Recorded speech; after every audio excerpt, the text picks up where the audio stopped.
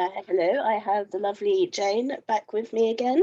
Hiya, Jane. Would you like to introduce yourself and tell us a little bit about yourself? Oh, good grief. That's a difficult question. Yeah, I'm Jane, a would-be author. I've just released my fifth book. It's the third in the Karen Thorpe series, if you're familiar with the Karen Thorpe series, and not enough of you are. And other than that, yes, I'm retired. I used to be an accountant and went to art school and did all sorts of things, but now I'm retired and writing, or trying to. It's always hard, but hopefully I'm getting a bit better.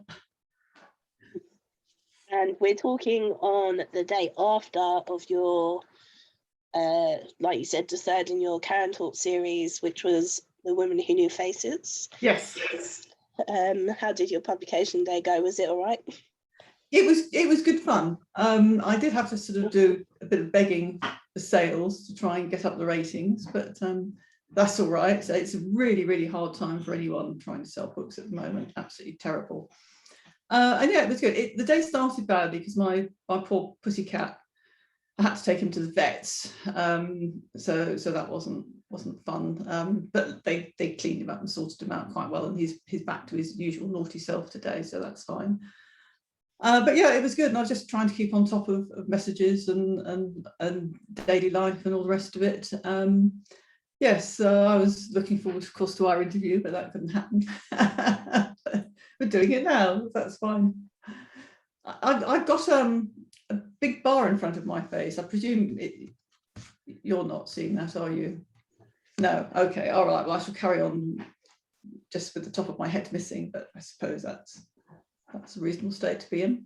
But yeah, so the book, it's the third in the series, and I think it's the one I've enjoyed the most so far, because with Comatose, that was quite hard going. It was originally nearly accepted by a publisher, and I then had to go back and do an awful lot of work on it and work really, really hard on it to try and get it into what it is now, and most people seem to enjoy it. Three Little Girls was actually written before Comatose, and that I always thought was a good story. But what I wanted to do was bring in some authenticity around the accents, particularly the Scottish ones. And that in the end became a very, very long, painstaking process in which I not only put things in, but had to take them out again. So again, that was a bit of a chore to produce.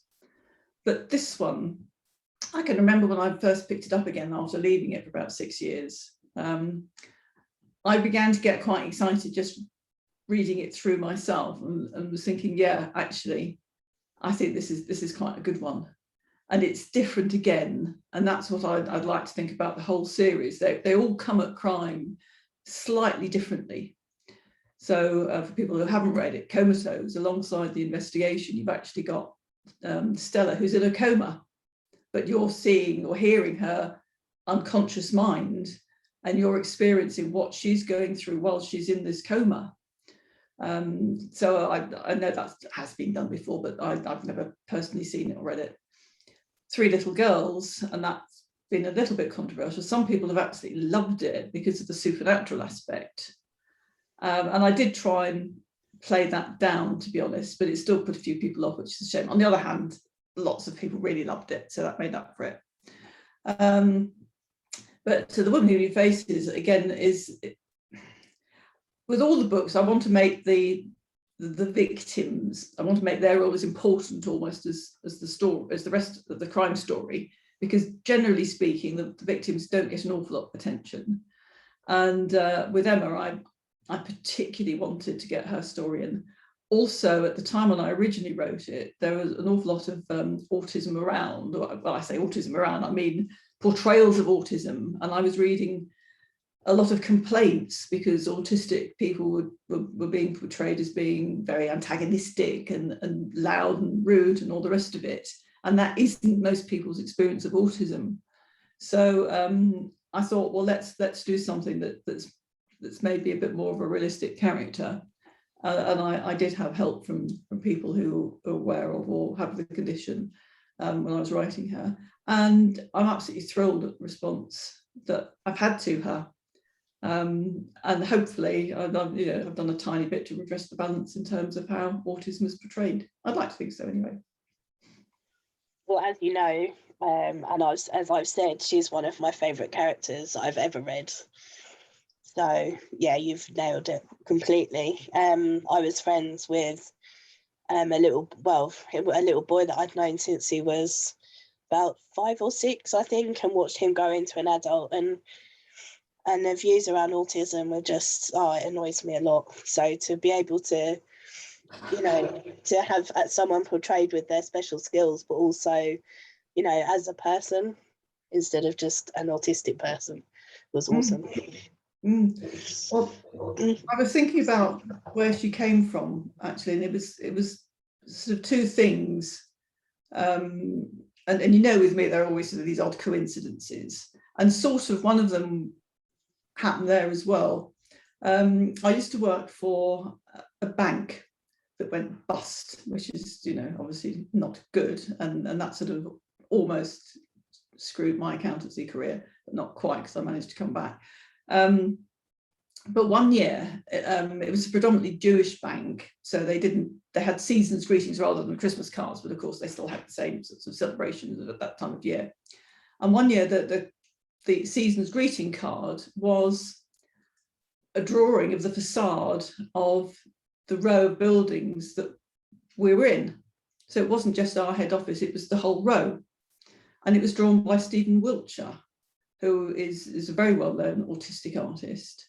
And I can remember at the time walking up and down the facade, and there is no way we probably could these days, but on these long lines, there was no way you could actually capture the whole of the facade. So he had to have done it from his head, and he'd spent sort of a couple of hours studying it and then gone away and drawn this amazing line drawing. I've got it up in my loft somewhere. One of these days I shall get. There's so many things in my loft, I can't get them all down, otherwise that'd be silly.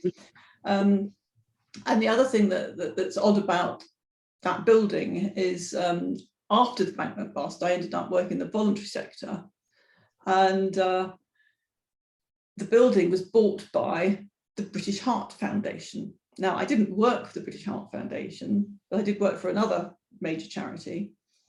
And lo and behold, one day there was a big charity meeting, and it was held in our old headquarters. So the place where I'd sat with the chairman of the bank, generally arguing with him because I don't think he liked me very much. Well, no one likes me very much, but it's probably where Karen gets it from. Okay. And not only was I back in his office, except then it was a meeting room, because it was rather grand, not quite Putin scale, but you know what I mean, pretty big. And lo and behold, not only were there lots of people that I did know, because I networked quite well, but there was a commuter I'd seen almost every day for years, and I hadn't even known he worked for charities.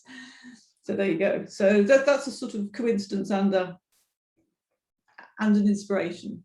And the other thing is, I've always seen these drawings that court artists do and been so impressed how people can get these wonderful images of people down so quickly.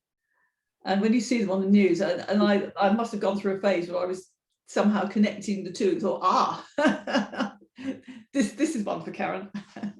So that's how it all came about. Plus, I've been reading and researching other things. The theme of the book, or the theme of the crime, I suppose. And so it all seemed to fit together quite nicely. And so far people seem to have really enjoyed it, which is great. And so they should, because it was awesome. What was the hardest part about writing the book? The research, and also pitching it properly. Obviously getting Emma right, but also I'm not a fan of gore, unless I'm writing horror, and of course then that can be as gory as possible. And I don't think it's necessary. I think anyway people's imaginations are capable of doing much more horrible things than if it's written. And even in some horror, I've actually been put off by the detail some of the gore. So I don't think it's necessary. So that was the hardest thing. And at the time, just generally researching and trying to get everything together. Unfortunately, I didn't keep track of all my notes. I never do. So I had to sort of rely a bit on memory. But very luckily, I bumped into a local lady online who used to be a policewoman and used to work for Met. So I roped her in, and she was very helpful. Not basically by what she didn't say, I was comfortable that what I was writing was okay. And there are a few things that I put in, not for the sake of it, but just to demonstrate that I do know a little bit about what I'm talking about. I certainly did when I did the research initially, but I can't prove that now. In fact, one reader did actually challenge something I'd said in the book, and that was quite interesting, because I always like being challenged. It's not comfortable, but it's quite useful. And this was over something I'd said, and I did have to go back and search the internet to check that what I was saying was based in some sort of fact. The actual part of I won't say which part of the story it was, but it came from a real conversation I'd had, because when I worked in the voluntary sector, I worked for children's charities quite a bit, at a fairly high level, so I was well aware of a lot of the implications of the internet, and so I felt that from my own experience I was able to say what I said in the book, but it was also nice to sort of get some reinforcement by checking online. And what was the most fun bit?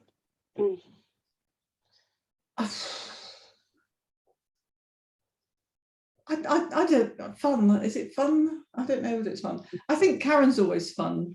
I know people don't always like Karen. Some people absolutely love her, but Karen almost writes herself. Even I know all to say this, even I don't always know what she's going to say and what she's going to come out with, because it's just a sort of automatic reaction. So I think, yeah, she probably provides the fun wherever she is, whoever she is. I have to say, she's a lot more likable now than she was in Comatose. She's growing a lot on me. Yes, but even then people really loved her. So I don't want to get her to get too comfy. I've started on the last book in the series now. I haven't got very far with it because this was written as a NaNoWriMo, actually, not as part of the series, but the timing happened to fit. If people don't know what a NaNoWriMo is, it's National Novel Writing Month, and in November you're meant to write a 50,000 word novel. So I thought, right, well, this is the time for that one, but that was still sort of in 2015, I think, and that was also inspired by things that had happened at the time. And how did I go on to that? I've completely forgotten. I was talking about Karen, yes. Yeah. So this book is going to be very challenging for Karen, very challenging indeed. So I can't remember yet, because I haven't got that far, how well she copes with the situation she finds herself in. But it's going to be quite a tricky one. So hopefully it'll be a really interesting and exciting read. And did you always plan to have just 4 books in the series for her? No, I'd written 4 at the time, and I come to I felt a natural end, and I've still got ideas, but I don't think I want it to be one of those series that goes into sort of 10, 11, 12. I know people really like those because they get comes like Death in Paradise or it's Midsummer Murders. People like the team, the framework. They can almost anticipate what's going on. I mean, Death in Paradise, it's the same story every week, let's face it. So, a group of people suddenly gets together on the island, one of them dies, who've done it. But it's entertaining and it's funny, and it's nice, easy watching. But I didn't want to do, I wanted to make all of mine, as I said before, slightly different. So this will be, if you like, the 4th bit of the piece. So there'll be 4 different aspects. I mean, I'm sure I can think of other ways to go as well, but I haven't at the moment. But I may have something that will be more of a continuous series, possibly, if people want more of her. It's funny. Sorry, Mr. Binks It's funny, may like, be involved. yeah. With your books, like, I read, obviously everyone knows I love Bliss by Tony Forder, and that's a series and I love that. But yours, it doesn't feel like it's a series, it just feels like they're awesome stories where Karen just happens to be the cop that is on the case. Yeah, if that makes sense. Yeah, and that's That sort of what I doesn't, wanted to do. Yeah. so it wouldn't matter so much, I don't think, if you didn't carry it on necessarily as a series, because it's the stories at the centre. Yeah. Good, so that's worked then, that bit. Good. So I haven't put my foot in it either, that's good.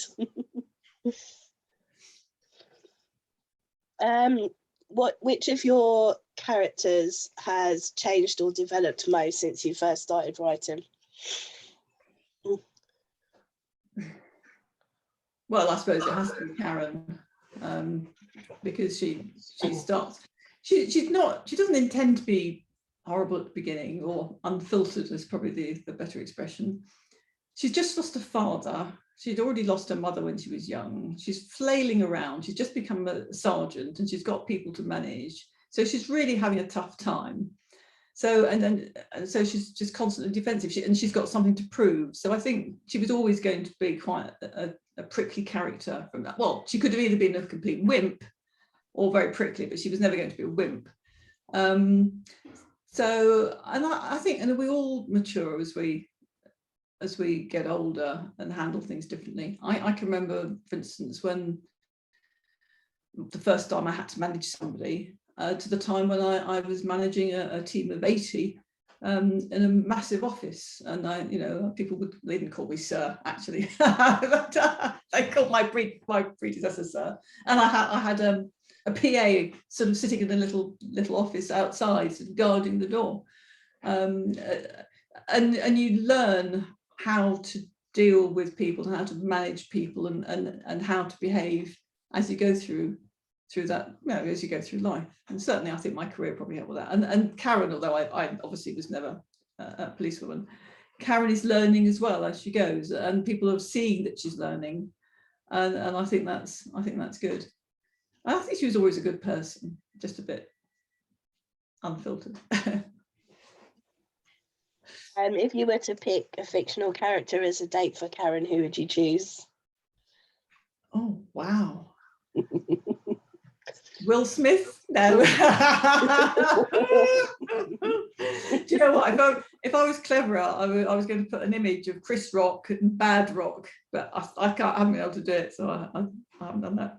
I don't know, because I don't know who. There wouldn't be many men that would take her on, really. And yet she's underneath. She's got heart of gold, hasn't she? So is there anybody who's like John? Well, can you think of anyone that's like John, sort of really placid and clever, but nice with it? I don't know. Maybe a guy from Malcolm Hollandrake's series, whose name escapes me, Owen. Okay. He's very placid, very clumsy, but very clever as well. Oh, I don't think Karen could cope with clumsy, could she? No, probably not, actually. No. Well, I'll have to chew that one over. But yeah, I can't. No one immediately comes to mind. You said you wanted to be challenged, so. Oh yeah. Thought I'd throw one at you. What is your favourite word?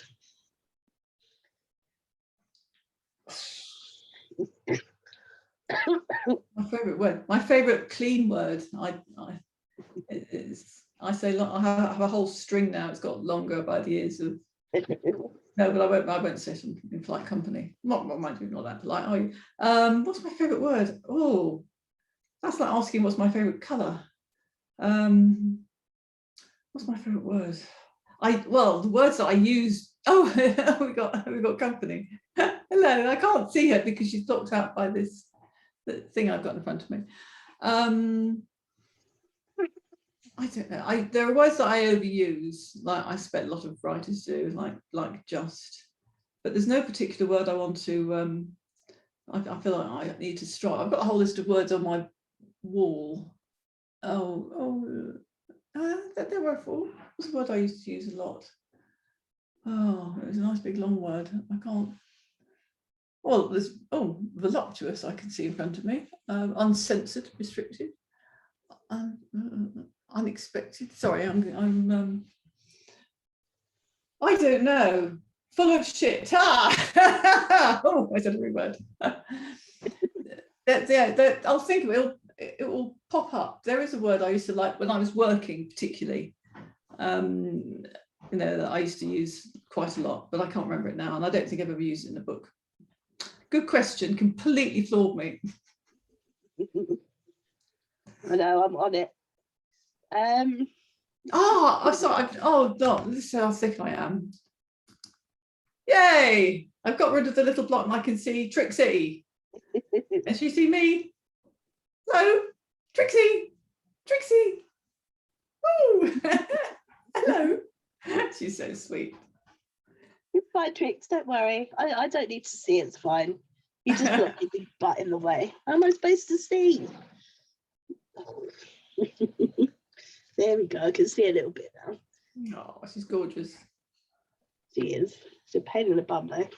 Oh, they all are. I'd get Pepper, but might have a fight. Seriously, you're in the way.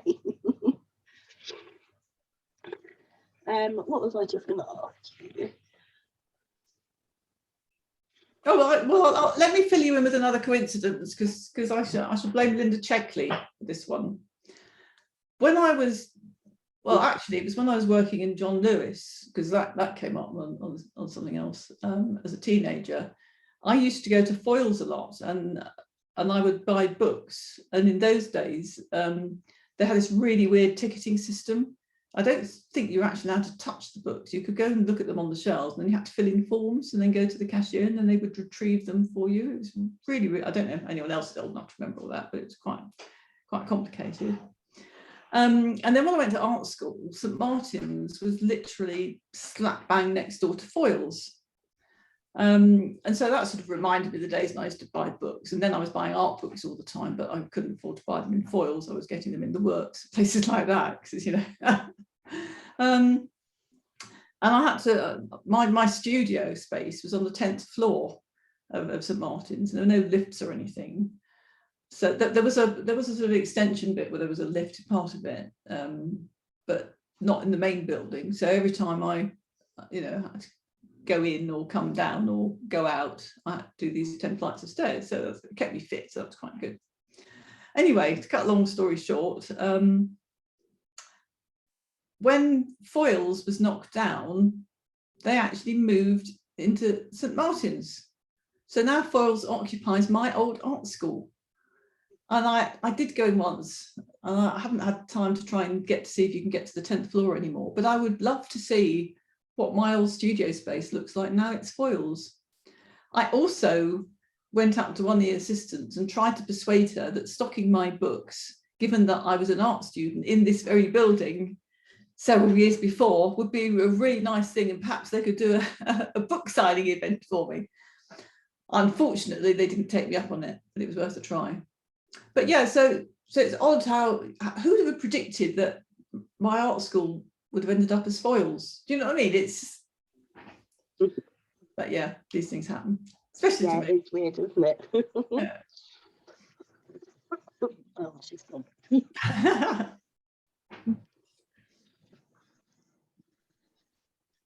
What's been the hardest part of your writing career so far? Selling. You're right there. Yeah. Have you told everybody that you're not well and you shouldn't really be doing this? Yeah. Oh, yeah. Everyone knows. I'm fine. Just it's chilly. Yeah. Yeah, the first draft I find is very easy, and that's why they call it the vomit draft. It's just sort of all comes out, and sometimes I can't type fast enough. In fact, I'm rubbish at typing, and I'm a bit dyslexic, so I can't even read what the hell I've written half the time. But once you've got inspired with an idea, it's really good.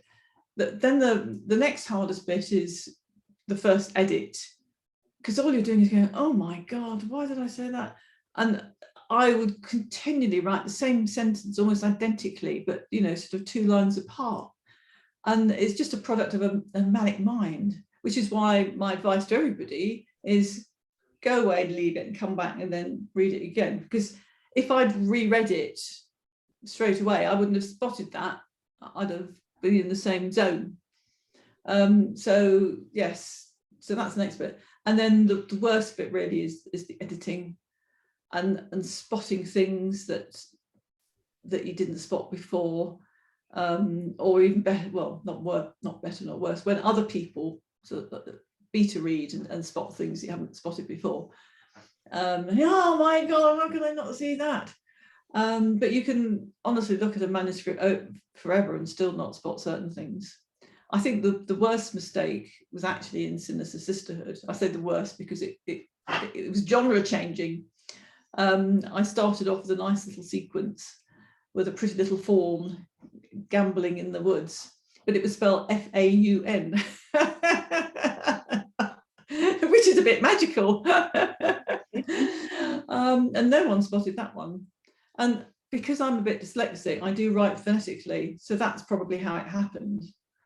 And I do, like, I write 1 as in the number 1, W-O-N, all the time. And there are other words that I get horribly wrong.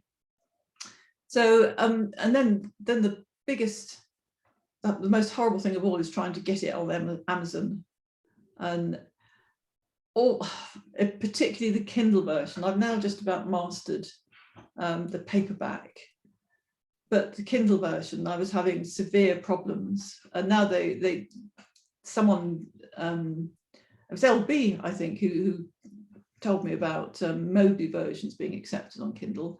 So that worked for one of them, and then Amazon stopped allowing Mobies, and you had to use Kindle Create. And I found I did 3 Little Girls on Kindle Create, but I had to manually adjust every single indent, and it took days to do. And it's just soul destroying work. It doesn't feel like it's achieving anything. It's just so people don't put in their reviews, and the spacing was all over the place, you know. But I have found that there is a slight shortcut now on Kindle Create. So I found that about half the way through, where you can do a sort of section at a time rather than, I hope I remember it for the next bloody book. Yeah, so that's the whole. It is disappointing when you don't sell, because you put your life and soul into something, and it's not that people don't like it, because people do. I mean, there are so many good books, but that's the thing, there are so many good books out there that who's going to wake up one morning and think, oh, I'm going to buy Jane Badrock's book, because they don't even know who I am. You know what I mean? And you just think, well, what can I do? What can I do to try and get more out there? And I know I'm not alone in that. And it is just, well, the publishing world's changed, you know, 360 degrees, hasn't it? And it's really hard. But on the other hand, no one's making me do it.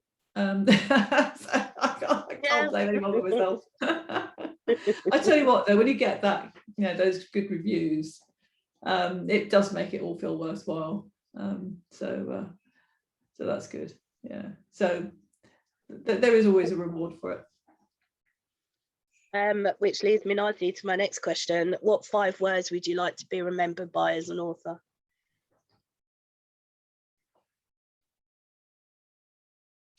She did something quite different. Do you think I'm different enough with the series? And all my books are a bit different, and I haven't even written the murder mystery about Sanitary Town yet.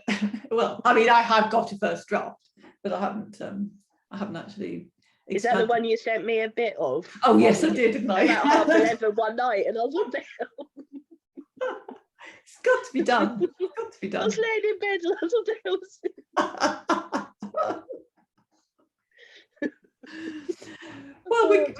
we're getting much more information now. I've seen an advert recently about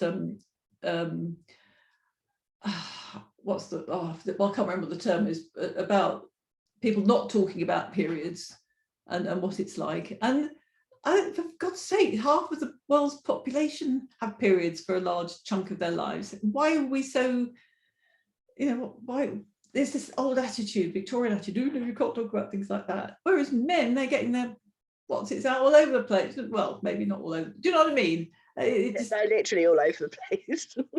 I don't know why they're so fascinated. Just put it away, for God's sake. So yes, how else did I get onto that? Why did I get onto? Oh yes, my novel. No, it's a novella actually. That one, even I couldn't make that go to a full-length novel. Oh, you've got me going all ticky now. Yeah, no, it'd be nice to think that I mean, no one in my family is remotely interested in any of my books. So it'd be nice to think that one day maybe my grandchildren will pick up one of my books and think, oh, my grandma did that. Do you know what I mean? That'd be nice, but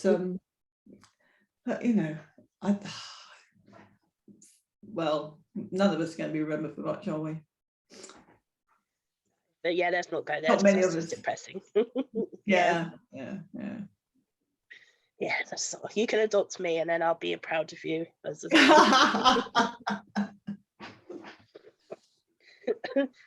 What's the oddest thing a reader has ever asked you?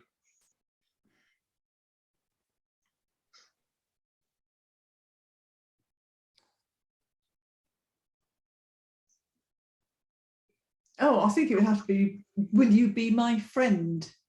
You have got a nice profile, but they're not readers, are they? So that's true. I don't think anyone's asked me anything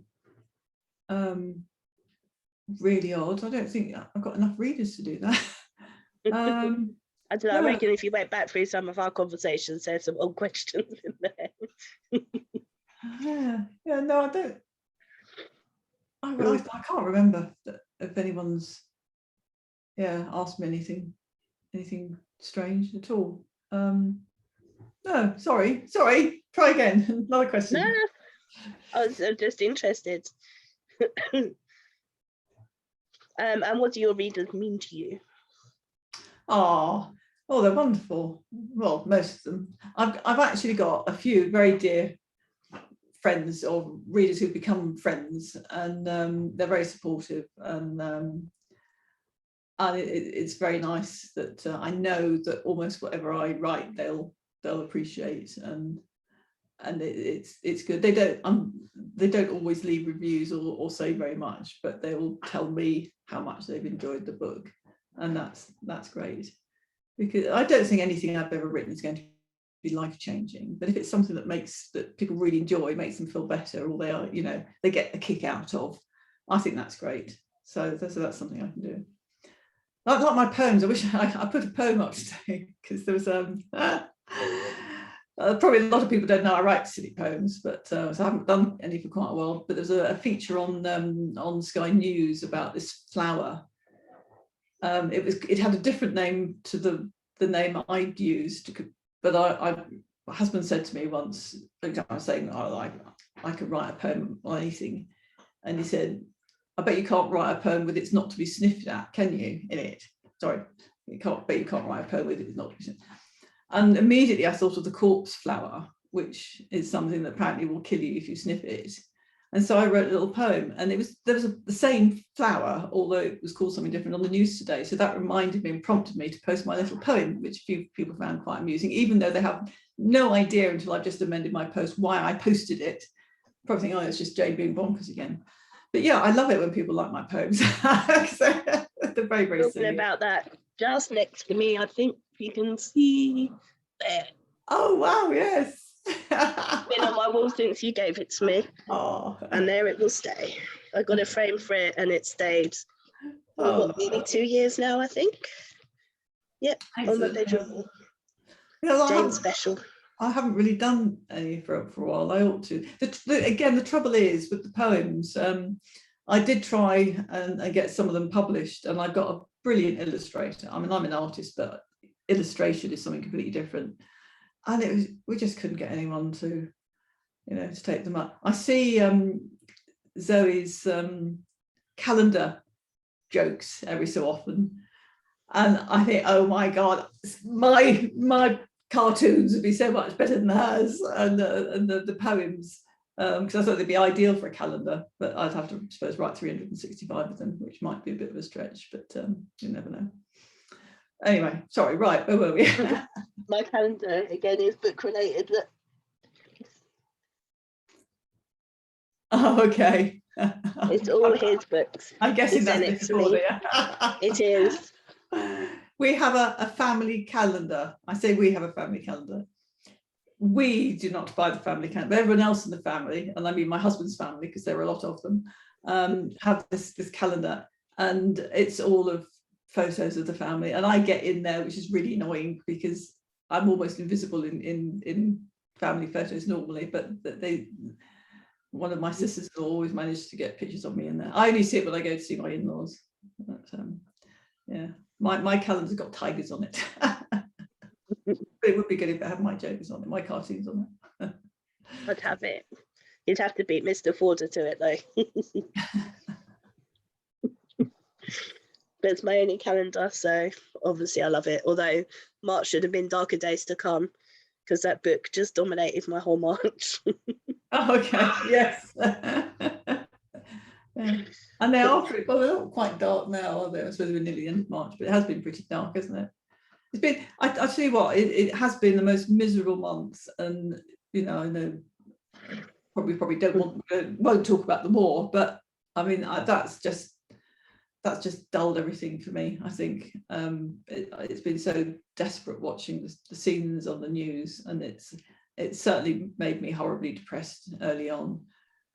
You sort of get acclimatized to it, which is horrible because the people still living it are not ever going to get acclimatized to it. But yeah, let's hope that they get some peace soon and something comes of that.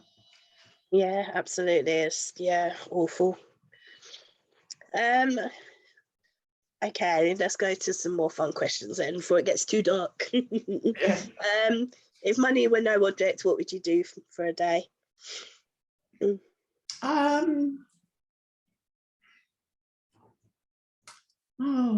are really difficult questions because I'm incredibly lucky. Not that I'm incredibly wealthy, but I've probably done most of the things I wanted to do. I had a few ambitions in my 20s, and I've sort of done. Obviously my ambitions weren't high enough, far enough. But I mean, the biggest one was meeting Alice Cooper, which I've done twice now. And yeah, I'm wrecking your questions, aren't I? And no? I'm not a thing person either. I don't yearn for jewelry or perfume or fancy clothes or anything like that. I've got so much stuff that I've accumulated over the years anyway. I do not need any more. So there's nothing I need or want, which is, to be honest, a brilliant position to be in, isn't it? Yeah. So yeah, I'm very lucky. I am hopefully going to Alaska soon, which I'm sure will be wonderful. My geography is rubbish, but it does feel a bit too close to Russia to me. So that would be somewhere on my list, and to see a bit of Canada. Actually, yes. So to go to Canada, that's always been on my list. So doing that, and that actually is something I'm hopefully going to do. But our last two holidays were cancelled because of first COVID, and then my husband falling down the stairs trying to encourage the cat to go down the stairs and breaking his shoulder, which is apparently impossible to do, but he still managed it. No, even at the hospital, they said, "Oh no, you won't break your shoulder, it doesn't happen." And then when he went for an X-ray, the nurse said, "Oh no, we'll get an X-ray just to be able to say something. You won't break your shoulder. That only happens if you're kicked by a horse, or which is potentially possible here actually, or in a car crash." And she came back and said, "Oh, you've broken your shoulder." No, it's not funny. It's not funny at all. The poor bloke was unlucky, but I think he's all right now. He's moving around okay. So hopefully nothing will happen before this this holiday. Yeah, fingers and everything crossed. I couldn't believe it when you messaged me that. I was like, no way. No way. Twice. Anyway, yeah. So in that sense, I'm very lucky, been very fortunate, and I've done almost everything that I've ever wanted to do. I can tell you things I would never do in a million years, if that helps. Like jump out of a frigging plane, or even go up in an air balloon. We did actually have one land in the field behind us a couple of years ago, and the owners were very cross. I remember reading a terrible story, which I probably shouldn't tell because it will put everyone else off going into a balloon, up in a balloon, but I'll tell you anyway, because probably not many people will watch this, or they have. There's an awful accident where a guy was in a balloon and they knew that the balloon was kaput and they were going to die. And the last thing he did was phone his wife to tell her he loved her, but he was going to die, and he did. So it was awful. So sorry, I brought the tone down again, haven't I? No, that's I wouldn't go on. When I was in Florida, in the morning we could see all the hot air balloons going up, which was really cool to see. But I wouldn't go in one. Yeah. No, it just doesn't feel quite safe, does it? No. Mind you, in a basket with a bag of air, like, just no. The first time I got on a plane, I had to be pushed on. That was reflected in a bit of Karen, actually, in The Woman Who Knew Faces, because and obviously at her age you'd have expected her to be on the plane. But I remember when I went on a plane, it was to Finland actually the first time, and I could not believe the size of it, and I thought, how can this go up in the air and stay there? I'm not getting on it, and weight of people behind me, I had to, but I was absolutely, clenching the whole way. Yeah, that's for cleverer people than me to figure out how that. I've no idea how that works. What's the most daring thing you have ever done? Well, I'm zip wired. I did that, which is quite fun. I think that's probably very daring because there were lots of other tourists doing it. I climbed the roof of the O2, and I was up that like a rat up a drain pipe. So I really enjoyed doing that. Other than that, I'm probably not very daring. We've got a tiny airfield quite near us, and I haven't dared to go up on one of the little planes yet because I in theory I could do that. So no, I have done something very daring which I haven't told you about yet, and I'm not going to for a long time, but I might do one day. So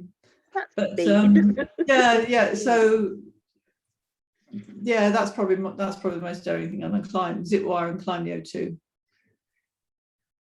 That's cool. Two things I'd never do. So yeah, good on you.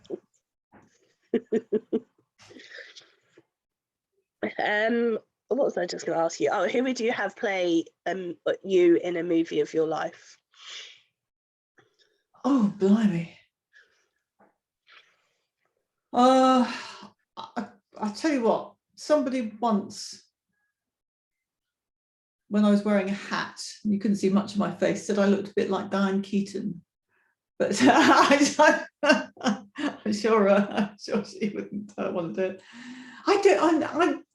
I don't really think of things like that. That's why I'm here to ask. I know. I don't have any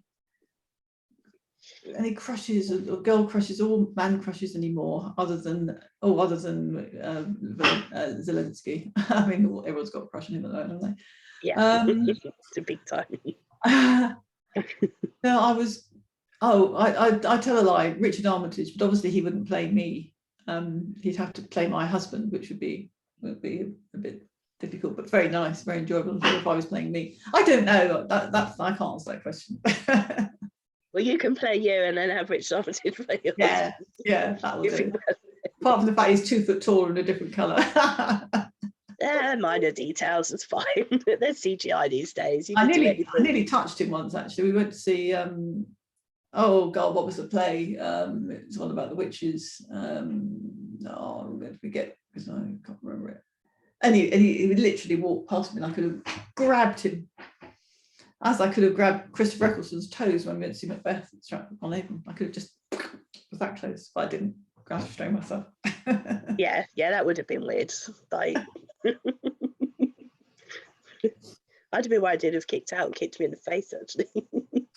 Well, yeah, it was almost back to sort of Chris Rock territory, isn't it? But not to the guests or the guests and the compere. It would have been a ticket-paying attendee and an actor. That would have been quite fun. What have you done? Maybe I should go again. No, I won't get the opportunity again. Right, moving on. Go on, ask me another question I can't answer.